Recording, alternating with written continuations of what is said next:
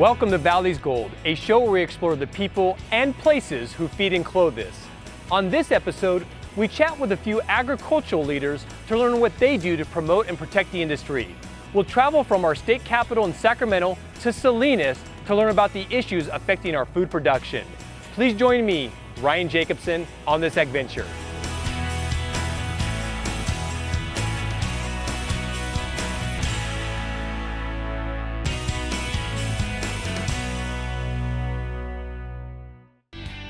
Valley's Gold is produced through a partnership between the Fresno County Farm Bureau and Valley PBS. Production funding for Valley's Gold is provided by the Myers Water Bank and Wildlife Project, an educational outreach program working to teach students about water and wildlife issues in California.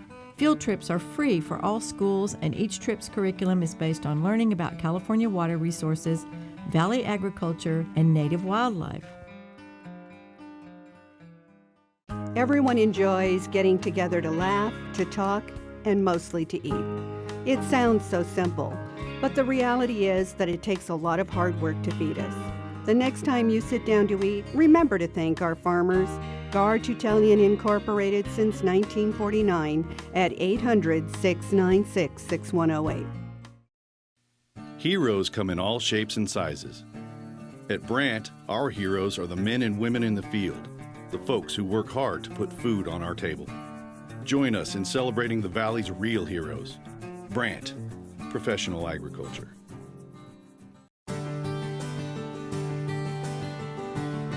California is the food production capital of the nation. To promote and protect the industry, the state legislature created the California Department of Food and Agriculture. We've been joined by Secretary Karen Russ, who oversees the agency. Thanks for joining us, Secretary. Ryan, thanks for having me. I'm looking forward to this conversation. Well, we're looking forward to learning so much about what this agency does. They do a lot of work on behalf of farmers and ranchers throughout the state. We do, and all the people of California. It's a great agency. It's small but mighty, and we have fabulous people. Well, let's begin. What is the California Department of Food and Agriculture? So it is an agency that has a number of divisions that directly touch consumers and farmers in the state. One of the core functions of this department is to protect our state from invasive pests. So that can be anything from red imported fire ant, which a lot of people can relate to, the Mediterranean fruit fly, which we've had a long experience with, and currently one of our biggest battles is the Asian citrus psyllid, which vectors a disease that kills citrus trees called wanglong bean. But we also, as this great state that we are, with this coastline, we have all these ports of entry for both tourists and cargo. They can carry a lot of invasive pests as well. So having those border stations and all of the trapping programs that we have at the county level with our partners, the ag commissioners, are truly the most important part of our program. So tell me about the other divisions. Sure. So our animal health division is hugely important. This is a state that has 3.2 million animal species, so it's very important that we protect them from exotic diseases like BSE or foot and mouth disease. It's a partnership with the federal United States Department of Agriculture, CDFA, and again, lots of local people, literally going door to door. May we check your chickens? Can we be sure that they're not ill? If we get that into our commercial flocks, it would be devastating. Absolutely. So we've really done a good job of protecting our commercial flocks right now. We also have a very important division that matters a lot to the health of our animals as well as to the health of our public, and that's meat, egg, and dairy inspection programs that are all about making sure that we have the safest products, and we know that we do in California. Absolutely. One of the first functions of government, including our federal government, was establishing accurate weights and measures to make sure that anything that goes into commercial production is being weighed, evaluated, sold, so that you as a consumer are getting what it says you're supposed to be getting, or that you as a business person competing with me know we're all on the same playing field. So historically, we go out and make sure that all those scales in the state are accurate. That's really important for commerce. Absolutely. But in this new economy, think about this. That's also the division that's been out there certifying hydrogen dispensers. We're in the process now of typecasting what will be accurate way of measuring electrical charging stations, the new economy. And you talked about small but mighty, but you also do this with the help of a lot of partnerships. A lot of partnerships. Tell me about some of those partners. Yeah, so obviously a very important partner is the United States Department of Agriculture. It used to be almost a third of our funding, and now it's more like about 25% of our funding stream comes from cooperative agreements with the United States Department of Agriculture. But at the local level, it's hard to imagine how we could be successful without the ag commissioners. Every county has an ag commissioner. They get to work for the Board of Supervisors, they get to work with us, and they get to work with the Department of Pesticide Regulation. And this year we're spending our time partnering with all of the commodity organizations in the state to do additional education and on-farm readiness reviews. This is very important so that the farmers who are a little bit nervous about having government inspectors on their farms know what's coming, and they know how their practices actually help them achieve the certification to be in compliance with the Food Safety Modernization Act. We're out in the field working with farmers and ranchers. It means a lot to us to be able to work with the industry, protect the industry, but also in doing that, we're protecting the consumers, every citizen of California. And something that I think is important for our viewers to learn about. So explain to me, I refer to you as secretary. What does that mean? A lot of folks may not know what the how that comes to develop and who appoints that and how you get to be to this position. So secretary used to be called the director of the Department of Food and Agriculture, but the industry a number of years ago changed the statute to make sure that this would always be a cabinet level appointee of the governors. So I'm an at-will employee of Governor Brown's. I was appointed in the first month that he held office this time around. I'm serving over 7.5 years and serve as a member of his cabinet. So I oversee the department. I have the best job in the world, and I'm the luckiest person you'll ever meet. Exactly. And here's something I know the answer to, but where can our viewers learn more about the department? And I know the answer because there is some incredible information on your website. You guys do a lot of amazing publications that really break down this industry. There's a ton of stuff available at www.cdfa.ca.gov.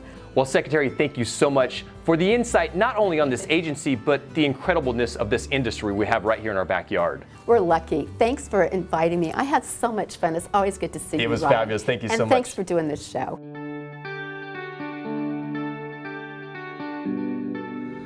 Legislation and regulation have become a significant part of California agriculture. These policy decisions require knowledgeable farm advocates who can educate the policymakers. We've been joined by one of the best, George Soares. George, thanks for having us here today. Ryan, it's a real pleasure to have you in town. Years ago, I was going to law school in Sacramento, never been to the state capitol, and found myself interviewing for a job as the consultant to the Assembly Committee on Agriculture. Since those early days, when I really didn't understand the process, I've come to realize that advocacy of our issues in governmental settings is as important as being a good farmer on the farm, on the ranch. Absolutely, and that's why I'm here to learn about Consories Conway. Tell me about your organization. We've been around for a while now, almost 40 years. Oh. But 40 years ago, this office started with 0 clients. And I have to tell you, Ryan, I wouldn't recommend that to anybody. And so you never forget the moment when you get your first and your second client. And we've evolved now as a firm into representing virtually every layer of agriculture in advocacy. But we also represent a number of non-agricultural clients that take us to the Capitol every day as well. And one thing that I love about you representing the farmers and ranchers up here is you have a farm of your own back in Hanford. It makes it very real. Yes. And so out of 52 weeks in the year, I'm on the farm on the weekends, about 46 of those, with a shovel in hand. I show up for work like everybody else. And we do what we do on farms, as you know. Yeah. And so we have a dairy, but we also have some other crops, and it keeps us pretty busy on the weekends. It also keeps me focused in the real world, as opposed to what this whole environment is all about from time to time, less than real. Got it. And we talk about being a part of the farm. You've done a lot of different organizations over time as well. Well, yeah, there's a thing called agricultural commissions. And when I was working for the legislature, there was a very persistent person from the avocado industry that said that his industry wanted one of those, that structure.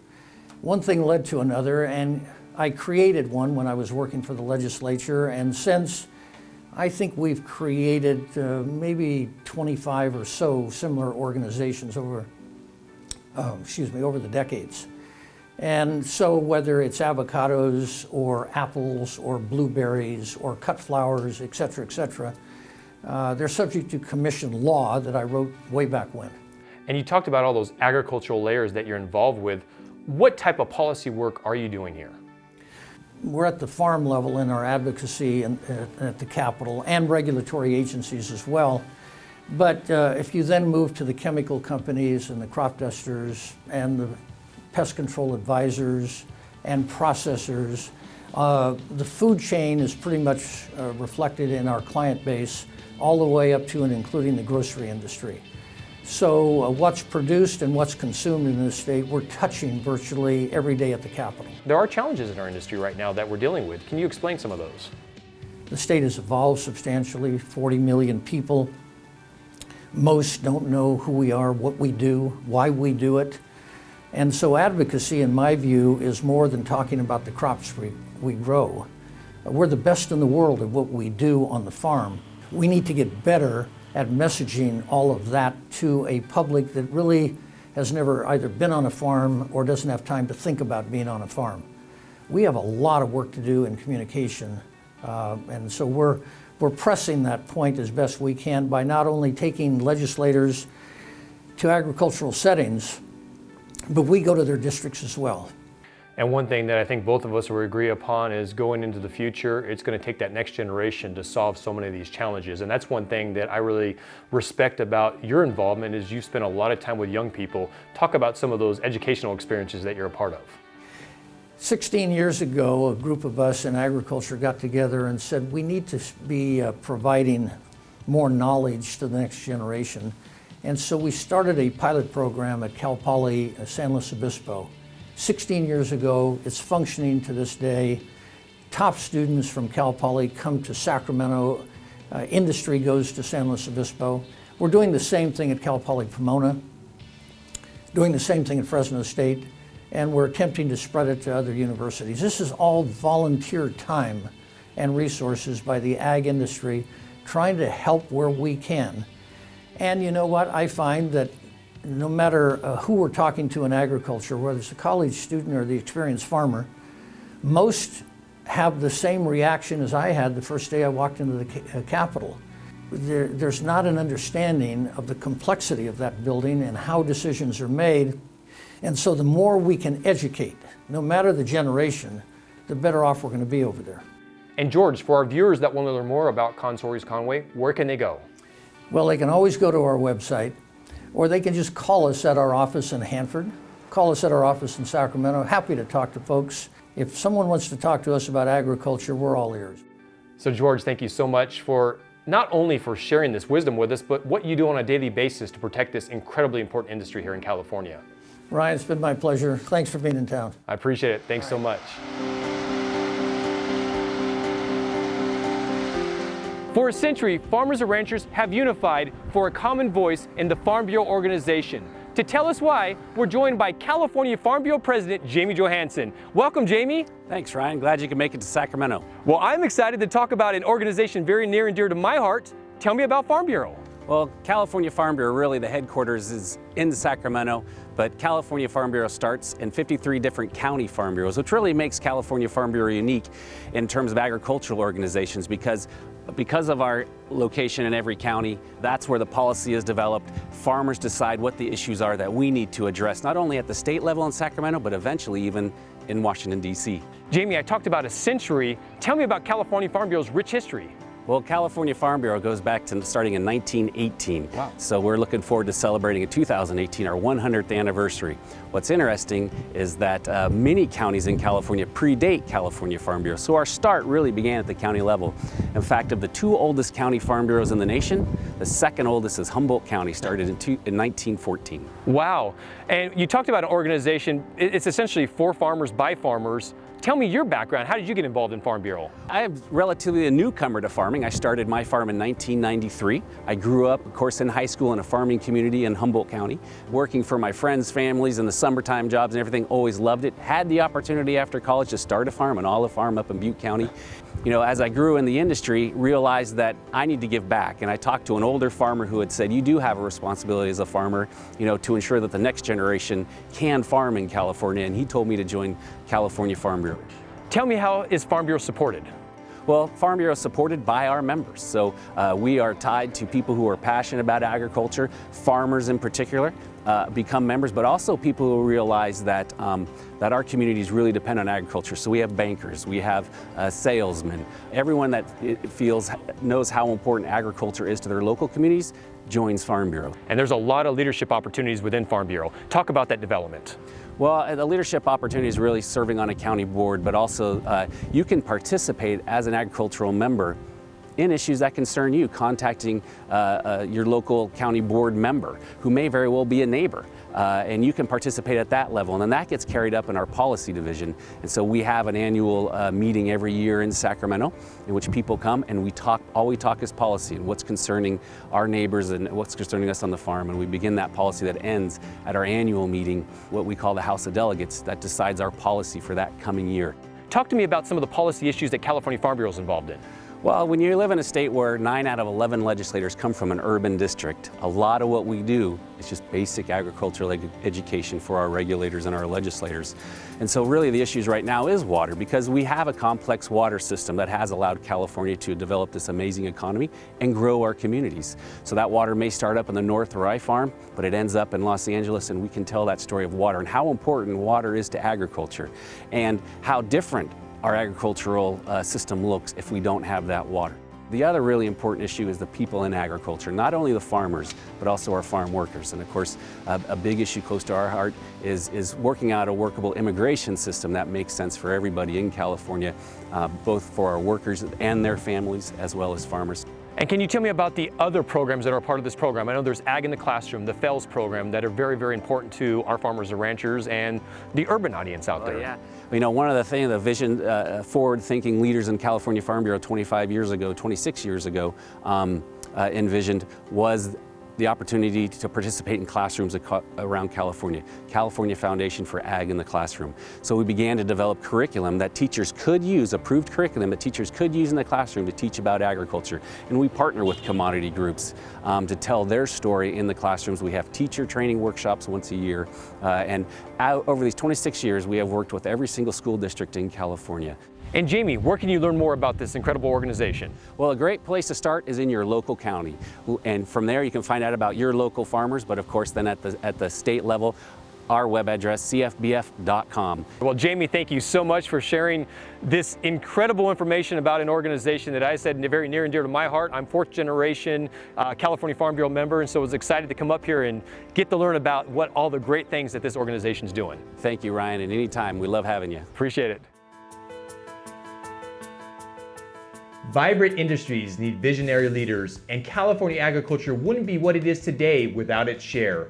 I'm in Salinas to chat with Barry Bedwell, president of the California Agricultural Leadership Foundation, to learn what they're doing to grow the next crop of advocates. Barry, thanks for having me out. Well, thank you very much for being here today, Ryan. It's great to see you. I am excited to be in the gorgeous salad bowl of California.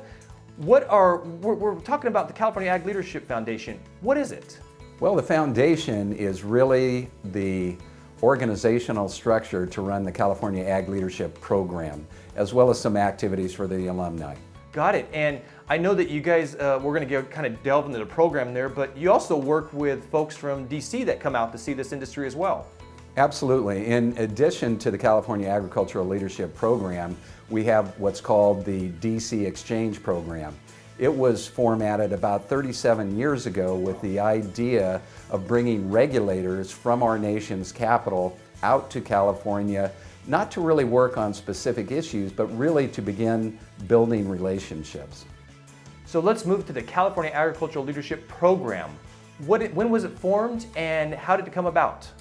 Interesting history. When you go back to the mid-1960s, there were a group of California agriculturalists really organized by the Council of California Growers that came together with the idea that there needed to be formal leadership development. Really, what happened in California in particular was the change in representation, which took the state legislature, and particularly the California Senate, from the basis of counties to population, much as the Assembly is today. So it became clear that rural counties, as well as agriculture, was going to lose influence, and thus the need to better train and educate California agricultural leaders. And this is really an educational opportunity. What does it consist of? Really what we have is a program that started out amazingly in 3 years, where 1 year was dedicated to state issues, 1 year to national, and 1 to international issues. After the first 3 classes, we began with a 2-year program. And more recently, over the last decade, the curriculum has really been condensed into 17 months of instruction at 4 universities: Cal Poly Pomona, Cal Poly San Luis Obispo, Fresno State, and UC Davis, to really focus in on pure leadership development. So I know the individuals that go through this program are referred to as fellows. What kind of individual are you looking for? We're looking for people that are committed to California agriculture. First and foremost, they must be a resident of the state. They must have a passport and be able to travel internationally. We hope that they are mid-career and have demonstrated a commitment over a long term to California agriculture. We're looking for people with an open mind so that they can benefit most from the curriculum that we present. And this is very intensive over that course of the 17 months. How many are in a class? Currently, we have each class with 24 fellows. We found that that's an ideal size, particularly because of the personal coaching that's involved. And so ultimately, you're hoping those fellows, the educational experience really allows them to go into the industry and be leaders. Absolutely. What we always say is, are we an advocacy organization? And the answer is no. But should we create better advocates for California agriculture? Absolutely. Our hope is that we fulfill our mission, which is we grow leaders who make a difference. Got it. How is this program supported? Well, it's supported entirely by the industry. California agriculture, over now almost 50 years, has supported this program through donations and grants from all segments. And one thing that I think is important is that we're talking primarily on the program, but you guys do a lot of community outreach and community activities as well. Certainly. One of the things we look towards is learning to be a better leader, that is, a better influencer, means being more involved with your community. So we encourage to be a servant leader, to go out and understand how to be a better influencer by participating in those activities which benefit not only your business or the industry, but your community as well. Well, Barry, what's your background? How did you end up here? I was born and raised in Madera. My parents were not involved with agriculture, but my career in college took me to being an accountant. And after becoming a CPA, I had the opportunity to be employed by a farmer as a controller. I was more than prepared to finish out my career with the California Fresh Fruit Association. But given the public policy issues and the challenges in this state, and particularly certain issues, most recently for me was the ag overtime issue, which really convinced me that it is important to produce a generation of leaders that can be more effective influencers.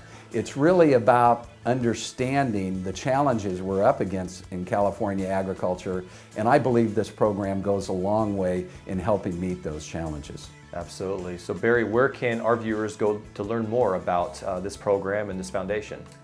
We have a website, agleaders.org. Well, Barry, thank you so much for sharing information on this wonderful program. It's something I wanted my viewers to learn more about simply because it really is developing our next crop of future advocates. Well, Ryan, honestly, thank you so much for the opportunity. I truly believe in the potential of this program and what it can do for the true sustainability of California agriculture, and it's always great seeing you. Thanks again. Thanks, Barry. California agriculture thrives because of the men and women who tirelessly work to produce our bounty of food. As you learn from this episode, some take on distinctive roles to lead the industry. I hope you've enjoyed learning about them, and we'll see you next time for more Valley's Gold.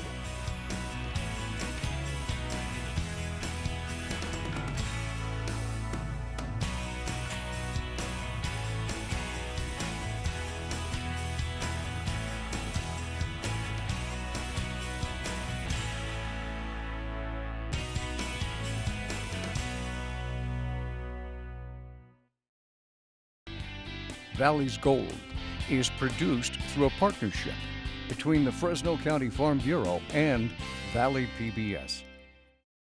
Production funding for Valley's Gold is provided by the Myers Water Bank and Wildlife Project, an educational outreach program working to teach students about water and wildlife issues in California. Field trips are free for all schools, and each trip's curriculum is based on learning about California water resources, valley agriculture, and native wildlife.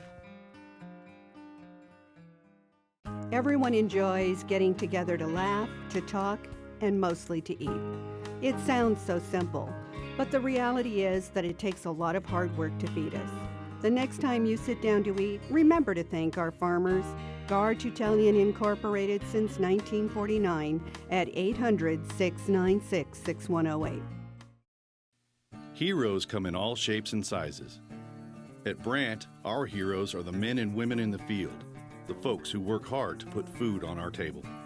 Join us in celebrating the Valley's real heroes. Brant, professional agriculture.